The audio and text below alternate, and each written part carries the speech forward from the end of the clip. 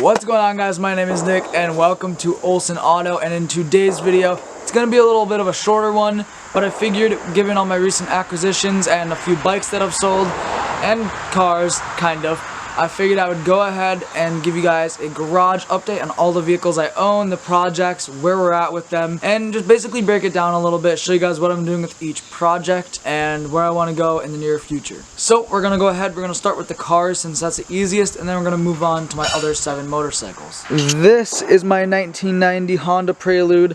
Under the hood we have a B21A1 with a 5-speed manual transmission, trunk mounted battery. It's sitting on 18-inch wheels with a 2.5-inch pace setter exhaust. This car is my baby. I love this thing. Right now, she's got some problems, 30-year-old Honda problems. So, working on mounting up a catch can to it. That's going to be in the video you saw yesterday. So, hopefully that ends up going on. But I figured I'd give you guys a little garage update. So, like I said, this is my Prelude. It recently had a full engine rebuild, and then the flywheel kind of fell off because somebody, maybe me, forgot to torque it.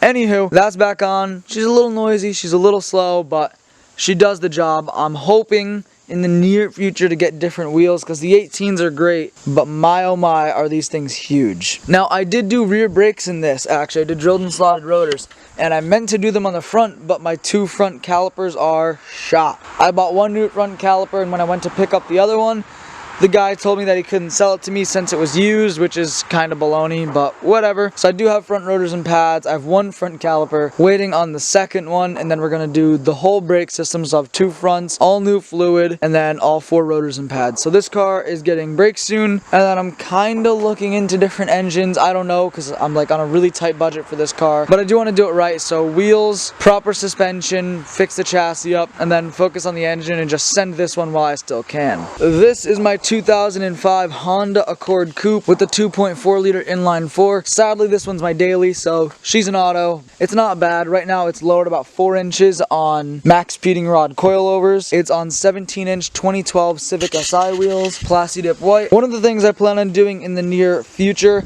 would be powder coating these wheels, just because A, powder coat's way more durable. It sounds a lot better than saying my wheels are Plasti Dipped. They're out of balance. When I did the Plasti Dip and I was stripping the paint, some of the wheel weights fell off, so it's like a little out of balance. So it'd be nice to be able to have an excuse to balance them. Plus the powder coat's gonna look a lot cleaner than the Plasti Dip does.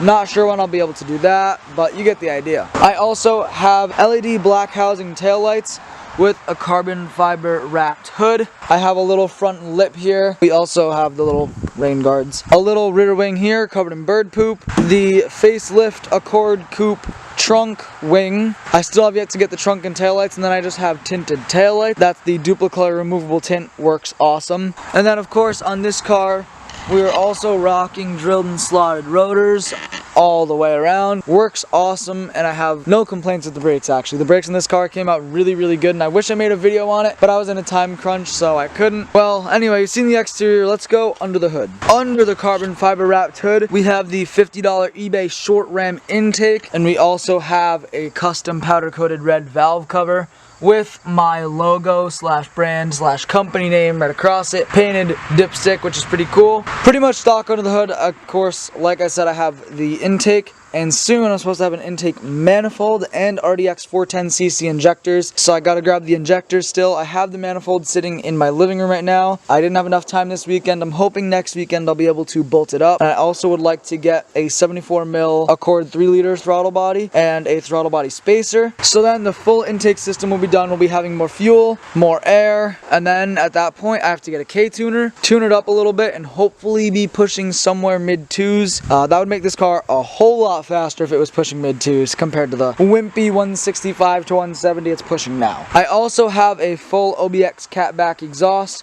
I didn't do headers, but I did do a downpipe, and then it has a cat still, and then it has a resonator to a 3-inch pipe all the way back to a performance muffler with adjustable baffles. I'll give you guys a startup on that in just a second. There's not much else under the hood though, so let's go ahead and do that now.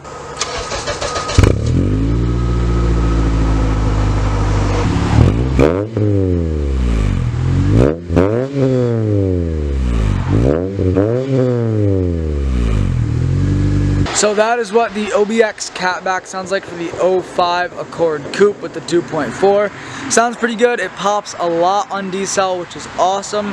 Technically it's a sign of a bad tune, which I'm sure it has, but it sounds pretty cool. Again, my plans for this car: powder coated wheels. I want to do the intake manifold. I just have to put that on. Throttle body, RDX 410cc injectors, a K-Tuner V2. And I think that'll about finish up this build. I do want to touch the interior a little bit. I want to do seats and a headliner, but that's a little bit further down the road. It's not obviously affecting my performance at all, so I've just been waiting to do that. Now these two, I'm a little bit sad to show. 1980 Pontiac Trans Am. 1980 Pontiac Trans Am. Sitting here in the brush. These are the super hoopty long-term project cars slash probably never work on them cars. This one was sitting further in the woods a while back. Has a surprisingly structurally sound chassis. The two floor pans need to be redone.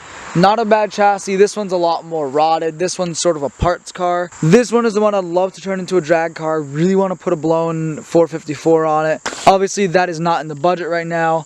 I do have all the parts to maybe make this a working car someday, minus the engine and tranny. So I'm really looking forward to starting this on the channel, maybe next summer. If I have enough free time, I'd love to yank this engine out and just go through the chassis and make that solid. But like I said, it's a 1980 Trans Am. It's on Jeep wheels on the back. It's a super long-term project, but I cannot wait to actually get it somewhere. In this garage, we have all of my registered motorcycles. They're all plated and technically road legal, except for this one, it needs a headlight. The air filter is actually drip drying because I put a little too much oil in it, but that's besides the point. We're gonna work our way front to back. Right here is my 1983 Honda Shadow VT 500 bobber. I've gone through a bunch of different paint cycles with this one. You guys can watch all my videos on that. It's been blue, it's been purple, it's been blue and purple, kind of, yeah. It's been orange, it's been red, it's been everything, and soon, really soon, it's getting its final coat of paint. It's going to be the actual color. It's going to be the actual color that I want it to be, so I'm pretty excited for that. It's kind of hard to just go over the mods on this one, but LED blinkers up front, just painted up the handlebars black. Yellow headlight. It's got the LED lights underneath, but those are going away. The rear half of the frame was cut and bobbed. It has custom straight pipes all the way back on that side of the bike. It's got a 1930s Ford tail light. That's actually pretty sick. No plate light. All gauge clusters are pretty much gone. No mirrors. It's a little iffy, but we're gonna go ahead. We're gonna give it a start up for you guys because she sounds mean. Let's see if she starts.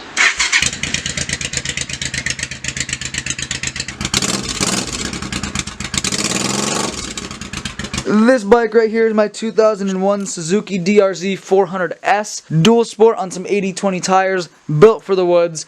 Got the Acerbis X Factory Pro bark busters, Pro Taper pillow top grips, this super grippy seat cover, FMF spark arrestor, and hopefully soon, we will be getting rid of this taillight and putting a tail tidy on it. I still have yet to do that. I've yet to buy it. But I would love to make a video on that. This bike is probably the most fun bike I own. Obviously I have a little phone mount right here. This thing's awesome. I'm gonna go ahead and start this thing up for you guys.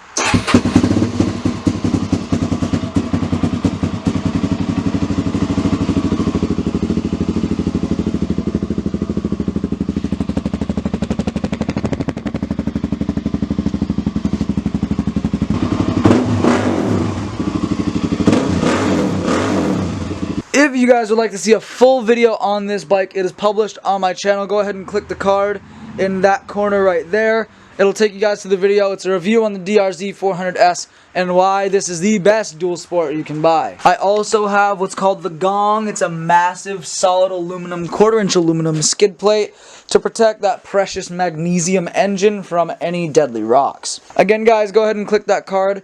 Watch the video on this bike because I promise you, you won't regret it. Now we're getting into more of the project bike phase. Obviously, like I said, this one has the air filter drip drying and then I'm going to pat it off with some paper towels. That's for next week. As this bike sits, it's a 1994 Honda CBR 600F. Anywho, I've been going through this bike for the past couple of months, probably 6 months or so, rebuilding it. It got new neck bearings, wheel bearings, tires, fork seals. It got new gauge cluster, new seat cover, a full Delcovic exhaust, I repainted the whole frame. I painted the wheels, new chain and sprocket, foot pegs, and then I am going to go ahead, and this is going to be my daily. It obviously got grips, levers, LED mirrors, a custom LED taillight. This bike got the works. If you guys want to see the whole series on this bike, go ahead and click the card up there. Go ahead and click the card in the upper right corner right there to watch the whole series on this bike. This thing has had quite the rebuild, quite the process, and it has been going awesome. Right now it's running almost mint. It's got a little bit of a breakup around 10 to 12,000 RPMs. Once that's gone, I think we're going to throw my full new fairings kit on it, and this thing will be done. I love this bike a lot, guys. I can't start it up for you right now. I mean, I could, but I'm not going to.